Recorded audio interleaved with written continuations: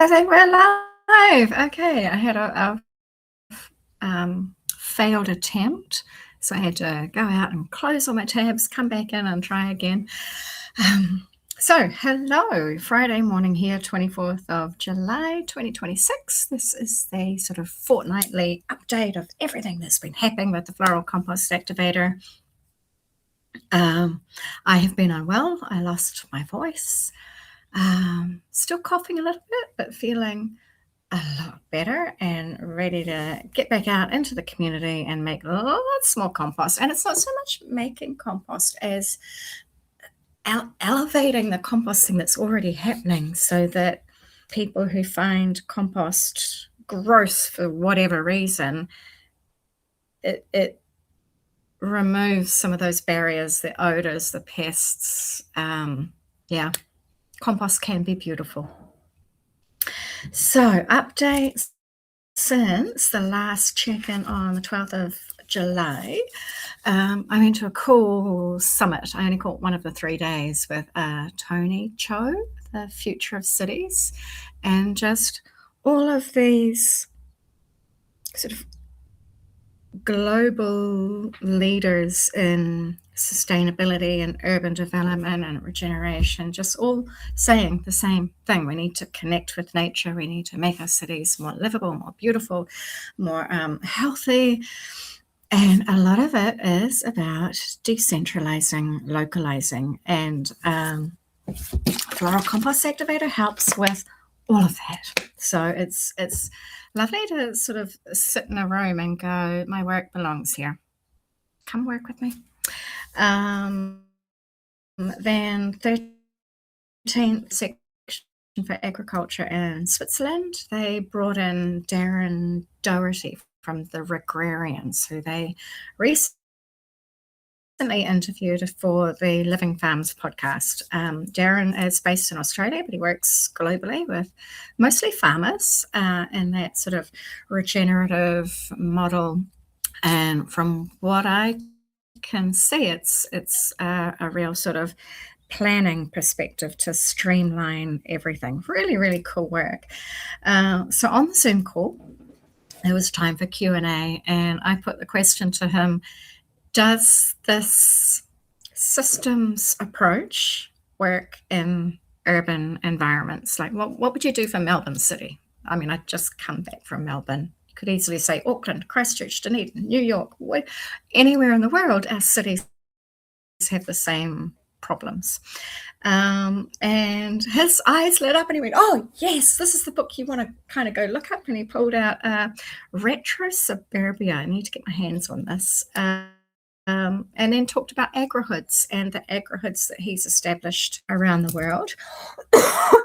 And it all sounded so common sense that I just said, so is this now best practice in town planning and architecture and urban development? And he laughed and he said no. And on the one hand, that's really encouraging to know that like this is pioneering, groundbreaking niche out there, and yet discouraging in the sense that even the smartest, most successful people doing this work globally are struggling with the same barriers. What do we do? And from my perspective, we keep at it and we keep at it and we keep at it and we keep at it. And if there's more appealing, more attractive, easier, more effective, then I'll do that. Okay, what else? Te Wānanga o Aotearoa. This is the school where I study Māori weaving. So we have a immersion weekend once a month, noho, and arrive there Friday afternoon, leave Sunday with a packed lunch, and we get fed. There's accommodation, showers. And so, yeah, for 2.5 days, I live with my classmates and teacher and any other groups that are using the facilities that same weekend. It's amazing. I love noho. I actually sometimes leave home early because, like, the car's packed. I just want to be there. And So I go use the student computers for the day, like it's an office day, and use the student kitchen to make my lunch, early dinner. And then by the time everyone else arrives around dinner time Friday, I've kind of settled in. Anyway, they do not compost food scraps. I think they outsource the food to caterers. They have contractors coming in for property maintenance, and those two areas don't yet overlap. So as a student, I struggle putting food scraps into landfill rubbish. So I've just started taking one of the 23-litre food scrap buckets, and each noho I come home, often I just tip it into my own composting, and it adds to the soil here at the Blue Barge Soil Farm. But on the 13th of June, noho number 5 for the year, I started one of my indoor composting experiments. Can we turn this, I don't know if it's like 5 or 10 kilos of food scraps, can we turn it into finished compost without it ever leaving this bucket? And so it's outside on the front porch. It had some living soil added to inoculate it. It had some CPP. It had the floral compost activator. And I added all that on the 23rd of June. So that was after 10 days. It's winter, so it's in a fridge all day. And I need to go back over my Instagram stories, because since the 23rd of June, I have added some twigs and sticks to soak up the moisture and some autumn leaves. So I will I just opened it this morning. There's a subtle smell. It's not bad, but it's time to add the next batch of floral compost activator. So that's one development. Next up, I shared a post on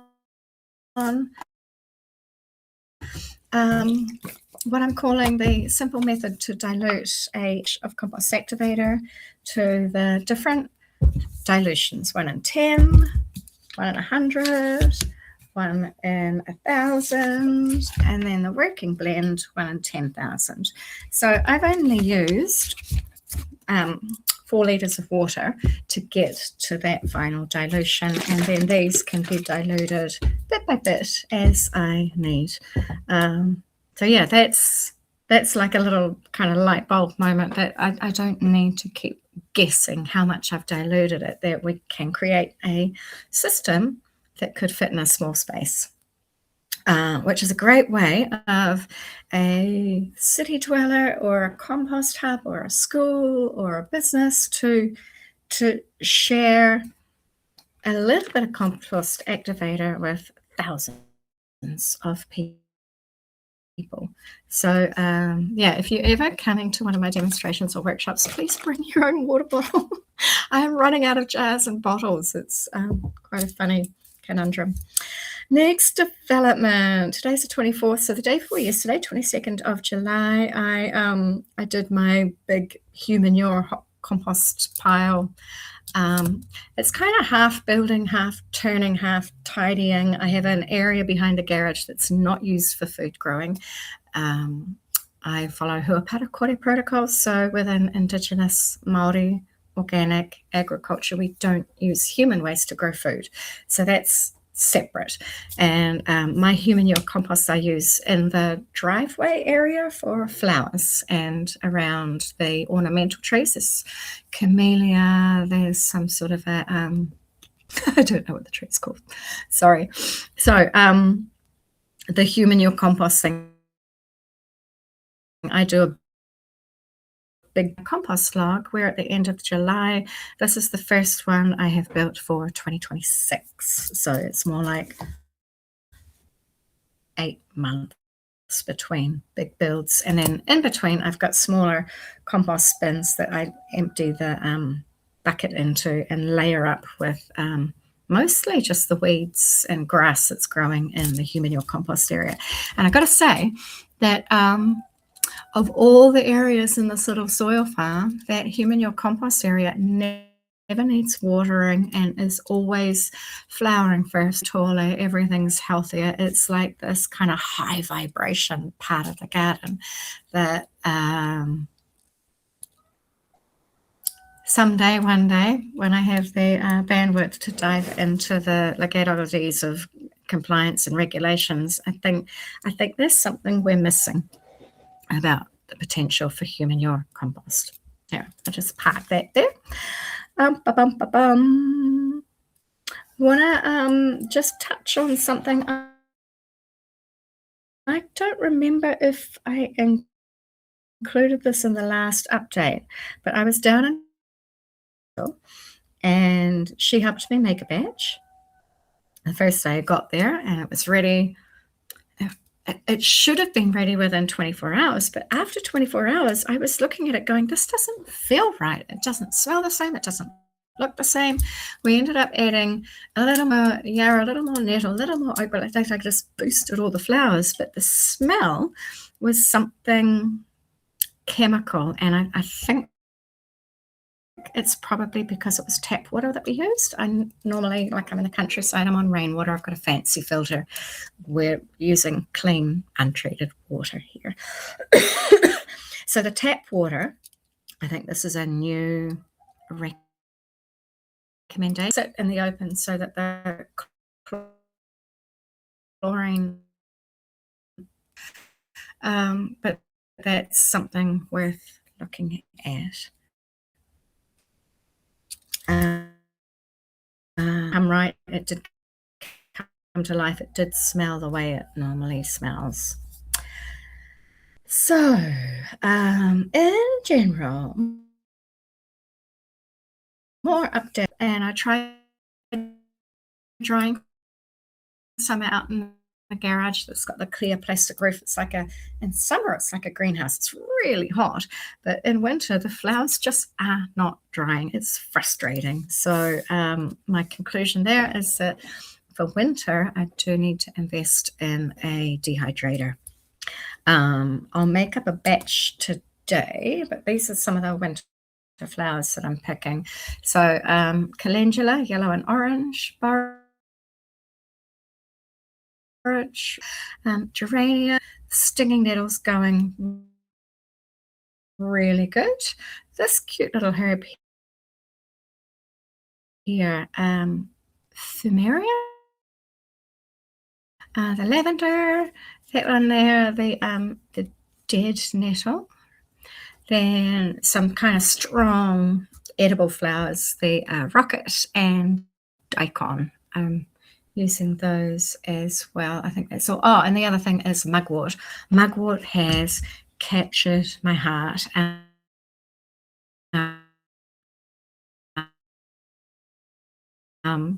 And just a bit of, it's just things are harder than I thought they would be. Yeah, I have been cleansing the house each day, doing a smudging with mugwort. The little walk around and let the smoke drift up into each corner of the house. So that's been, might be one of those plants that we use the leaves, not the flowers. And just a Rongor practitioner, and nut out some of these questions. Okay, so there's that. Next general update, we had an Aotearoa Composters Network Waste to Wonder session. I think it was last week. The recording is now on their YouTube channel. With Liam Hoff at Otago Polytech down in Dunedin. And the first trip I went down to Dunedin, I was babysitting Hazel on campus. Like, she needed to be close to mum, so we were walking across the museum. We were walking around campus. She was like running through the library, and I was hunting for food that we could forage. Like, I want to be able to teach my granddaughter where food comes from. And Otago University campus was pretty disappointing. There was one garden, the Peace Garden across from the library, where we picked strawberry. Otago Polytech, they have this living campus designed by, like, with permaculture and there was food all through it that we were able to go and nibble on all these different things. And then when I found Liam, I made my best attempt at getting my daughter Jessica, who's not a gardener, not a composter, tried to get her to do it like a bucket swap and bring her food scraps to the Polytech, and she wouldn't. And I get it, she's like a solo mum, full-time study, daycare, limited parking. It just wasn't going to work. Anyway, I stayed in touch with Liam and took a batch of the floral compost, activated, demonstrated it. We put some into our Composters Network.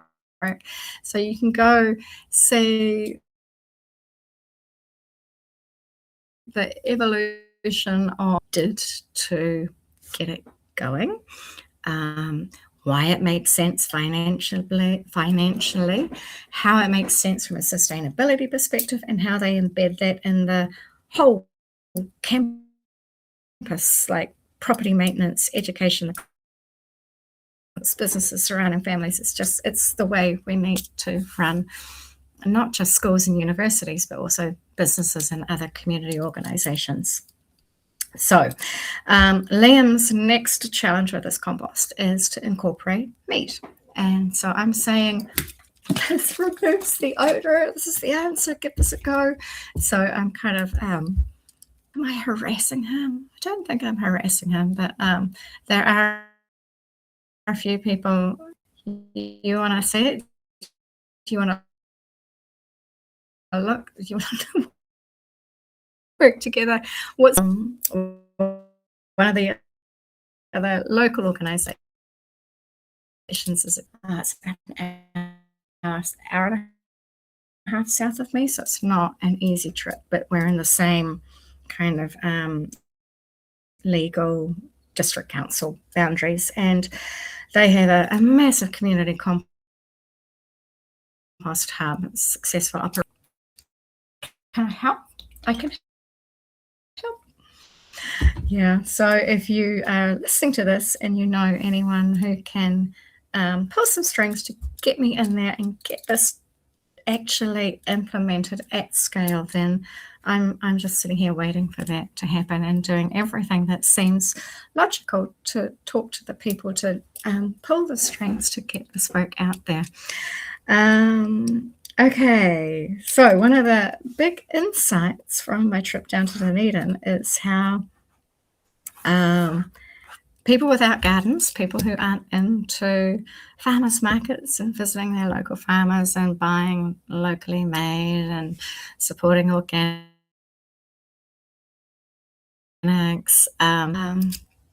often overlaps with the people who, local perspective, who are putting their food scraps in landfill and who don't want to use food scrap collections because it smells, there's pests, it's gross. And as long as composting is gross, we won't get those people in, and we need those people in. So yeah, that's another one of the challenges. How do we make this appealing to that non-gardening? So that's my updates. I'll put the next Q&A call in the calendar. So it sort of feels like it's a full moon thing when the energy's high and enthusiasm's high, there's more light. So my diary says full moon's the 29th of July, but my biodynamic calendar says it's the 30th of July at 3 a.m. here in New Zealand. So I'm going to go with Thursday morning, 9 a.m. Europe and America. So always happy to shift the time around to suit 9 to 5 office job. Happy to look at a weekend call at some point. So at that point, let's do a demonstration. So the bottle I'm using today was my little bottle of wine from the flight back from Melbourne. I'm like a magpie saving bottles and jars wherever I go. So first step is adding a little bit of honey. So I've just got a dab on the, and I like adding the honey before the flowers, just so I can make sure it's really well blended. Give that a shake. And you know what else I'm going to add today? This is something Kate in Canada will be sharing a little more about. It is lactose, milk sugar, which I thought May Bruce recommended because it stabilizes the honey. So that's actually lactose and honey. And I'm going to let Kate talk more about that. Something to do with structure and how the lactose helps the flowers create. Yeah, I'm not even going to go any further. Kate, you have to come in and write a blog. Then we got the vase here with flowers. So one by one, this cute little purple, pinky purple. I know it's a weed, Fumaria, I think it's called. So that's going in. The daikon, the rocket, the rosemary, and the borage, and calendula. I'm going to pop the whole calendula in.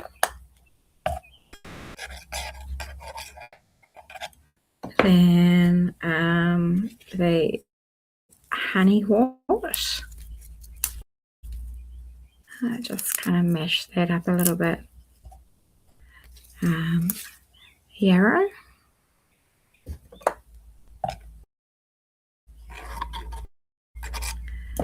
What else have we got? Geranium. It's just got a sting from the stinging needle. Stinging needle going in.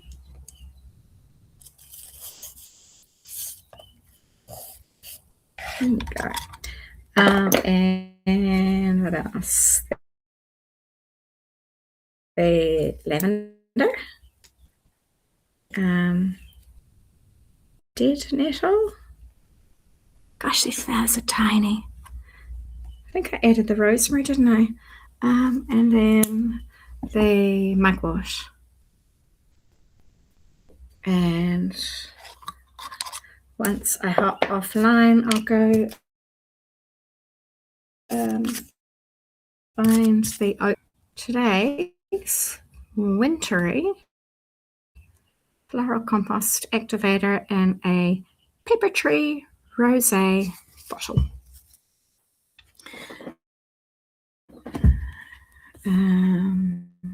I also thought I would demonstrate this, the mugwort, how cool this looks. So there's just a few leaves in there.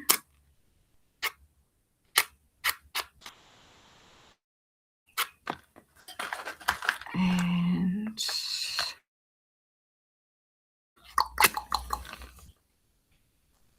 I generally catch a light quite easily.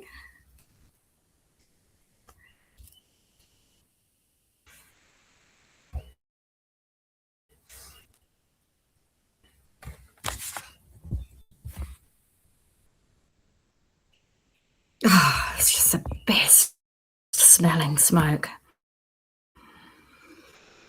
I'm told that is the European equivalent of sage, and that cigarette, like tobacco, was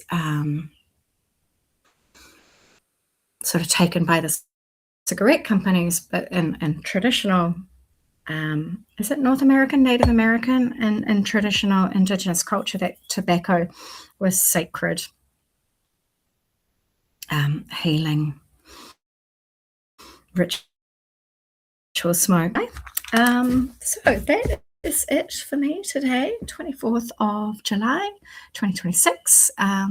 The full moon Q&A is something for paid subscribers. Highly recommend you click on the upgrade or subscribe button at the moment. The financial investment is super low.